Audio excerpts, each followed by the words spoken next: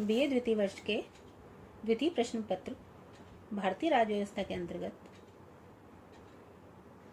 आज मैं आपको मूल अधिकार और निदेशक तत्वों की एक दूसरे से पूरकता के बारे में विस्तार से चर्चा करूंगी, जिसको हम दूसरे शब्दों में सामंजस्यपूर्ण संरचना का सिद्धांत भी कहते हैं। संविधान के भाग 3 में जो सम्मिलित मूल अधिकार हैं और भाग 4 में जो उल्लेखित निदेशक तत्व हैं, वास्तव में एक ही सारी व्यवस्था के अंग हैं तथा इन दोनों व्यवस्थाओं का एक ही लक्ष्य है और वह लक्ष्य है व्यक्तित्व का विकास। इसी के साथ लोक कल्याणकारी राज्य की स्थापना भी इसका लक्ष्य है। भूतपूर्व न्यायाधीश के सदानंद हेगड़े ने भी कहा है कि सिद्धांततः एक ही संविधान के दो भागों में कोई असंगति नहीं हो सकती। राज्य नीति के निदेशक तत्वों को अपनाकर हमारे संविधान निर्माताओं ने कोई असंगति उत्पन्न नहीं की। उनका प्रयत्न व्यक्तिगत अधिकार और सामाजिक कल्याण में समन्वय स्थापित करना था। चंद्र भवन बोर्डिंग और लॉजिंग बेंगलोर बनाम मैसूर राज्य और अन्य 1970, मिनर्वा मिल्स बनाम भारत संघ 1980 तथा अन्य कुछ विवादों के निर्णयों में सर्वोच्च न्यायालय ने इस बात पर बल दिया है कि मूल अधिकार और निदेशक तत्व एक दूसरे के पूरक हैं। एम.वी. पाइली, ग्रैनविल ऑस्टिन, के सदानंद हेगड़े तथा अन्य अनेक लेखकों ने अपनी पुस्तकों में इसी बात पर भी बल दिया है।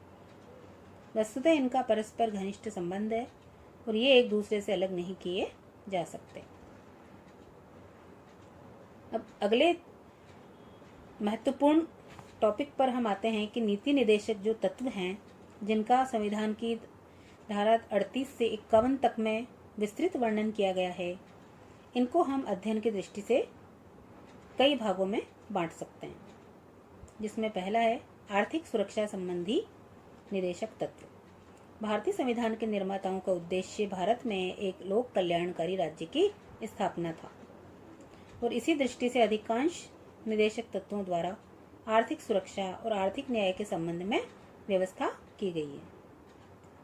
इसमें कहा गया है कि राज्य प्रत्येक स्त्री और पुरुष को समान रूप से आजीविका के साधन प्रदान करेगा। राज्य देश के भौतिक साधनों के स्वामित्व और नियंत्रण की ऐसी व्यवस्था करेगा कि अधिक से अधिक सार्वजनिक हित संभव हो सके। राज्य इस बात का भी ध्यान रखेगा कि संपत्ति और उत्पादन के साधनों का किसी के हाथ में भी केंद्रीकरण न हो सके। राज्य प्रत्येक नागरिक को, चाहे स्त्री हो या पुरुष, समान कार्य के लिए समान वेतन प्रदान करेगा। राज्य श्रमिक पुरुषों और स्त्रियों के स्वास्थ्य और शक्ति तथा बालकों की सुकुमार अवस्था का दुरुपयोग नहीं होने देगा। मूल संविधान में कहा गया था कि राज्य बच्चों और युवकों के शोषण से तथा भौतिक या नैतिक परित्याग से रक्षा करेगा। 42वें संविधान संशोधन द्वारा उसे इस प्रकार से संशोधित किया गया है कि राज्य के द्वारा बच्चों को स्वस्थ रूप में विकास के लिए अवसर और सुविधाएं प्रदान की जाएंगी। उन्हें स्वतंत्रता और सम्मान की स्थिति प्राप्त होगी। बच्चों तथा युवकों की शोषण से तथा भौतिक या नैतिक परित्याग से रक्षा की जाएगी।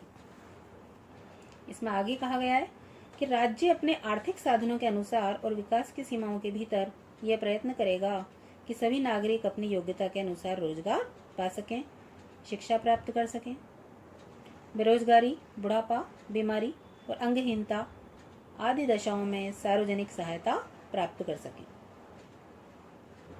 इसी में आगे कहा गया है कि राज्य ऐसा प्रयास करेगा कि व्यक्तियों को अपने अनुकूल अवस्थाओं में ही कार्य करना पड़े तथा स्त्रियों को भी सहज होकर कार्य क्षमता बढ़ाने का मौका मिले। राज्य इस बात का भी प्रयास करेगा कि कृषि और उद्योग में लगे हुए सभी मजदूरों को अपने जीवन निर्वाह के लिए उचित वेतन मिले।